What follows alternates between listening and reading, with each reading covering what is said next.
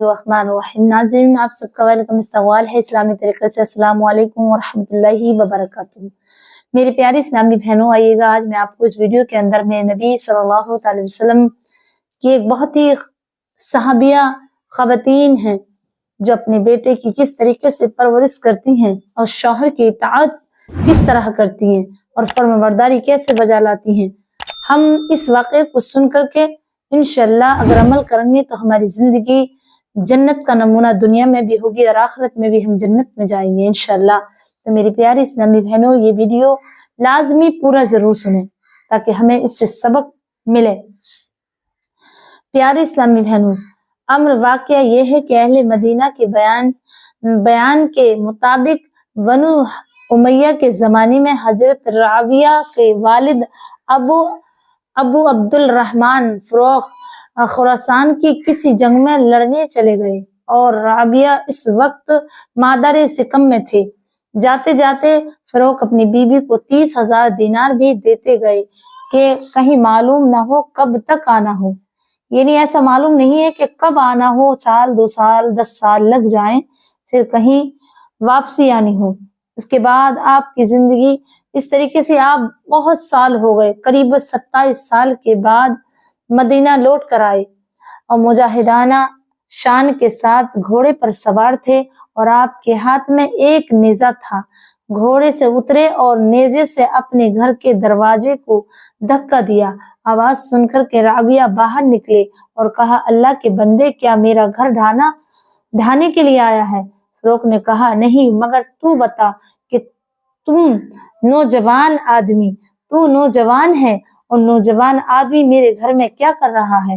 اس بات کو لے کر کے دونوں میں آپس میں جھگڑا ہونے لگا اور ایک دوسرے پر مار پیٹ کرنی شروع کر دی۔ ان کا شور شرابہ سن کر کے پڑوسی جمع ہو گئے اور حضرت مالک بن انس اور مدینے کے دیگر بزرگ حضرت بھی آ پہنچے اور رابعہ کی طرفداری کرنے لگے۔ رابعہ نے کہا، قسم خدا کی میں تمہیں چھوڑوں گا نہیں، یہ تمہارا قصہ تمام کر دوں گا۔ اور فروخ نے کہا، اللہ کی عزت کی قسم، میں بھی تمہیں نہیں چھوڑوں گا اور سلطان کے پاس تمہارے فیصلے کرواؤں گا کہ کرواہی کر کے میں آپ کو دم لوں گا۔ یعنی حضرت فروخ حضرت رابعہ کے جو والد تھے ایک دوسرے سے سوال جواب کر رہے تھے کہ فیصلہ میں جبھی کر کے دم لوں گا کہ تم میری بیوی کے پاس کیا کر رہے تھے نوجوان ہو کر کے۔ جب ان کا یہ جھگڑا مسلسل بڑھتا رہا، اسی صورت اختیار کر چکا کہ حضرت مالک نے فرمایا کہ اے فروخ، کیا ضروری ہے کہ آپ اسی گھر میں رہیں گے؟ مدینہ میں اور بھی تو بہت سے مکانات ہیں، کہیں جا کر کے آپ پناہ گزار لیں یا اپنی زندگی گزار لیں۔ یہ سن کر کے فروخ نے کہا، آپ کیا باتیں بتا رہے ہیں؟ یہ میرا اپنا گھر ہے اور میں اپنے بنی فلاح کا غلام فروخ ہوں، یعنی میں ان کا غلام ہوں، ان کا نام لیا، بنی فلاح کا غلام فروخ ہوں۔ جب ان کی بیوی نے ان کی آواز سنی، فوراً باہر آئیں اور کہنے لگی، یہ میرا شوہر فروخ ہے اور یہ رابعہ ان کا بیٹا ہے۔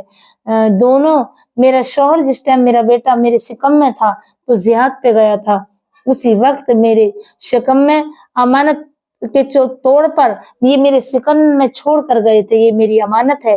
یہ سن کر کے دونوں ایک دوسرے کے گلے لگ گئے اور روتے رہے۔ پھر جب فروخ گھر میں داخل ہوئے تو بیوی سے پوچھا کہ یہی میرا بیٹا ہے؟ کہا، ہاں جی ہاں، یہ آپ کا بیٹا ہے۔ پوچھا، وہ مال کہاں ہے جو جاتے وقت میں نے تمہیں حوالے کیا تھا، جو میں دے گیا تھا؟ اور یہ دیگر 4,000 دینار میرے پاس اور ہیں۔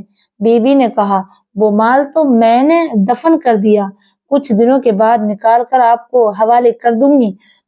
تو بیوی کی اس بات سن کر کے وہ مطمئن ہوئے اور کہا، انشاءاللہ چلو دے دینا نکال کر کے۔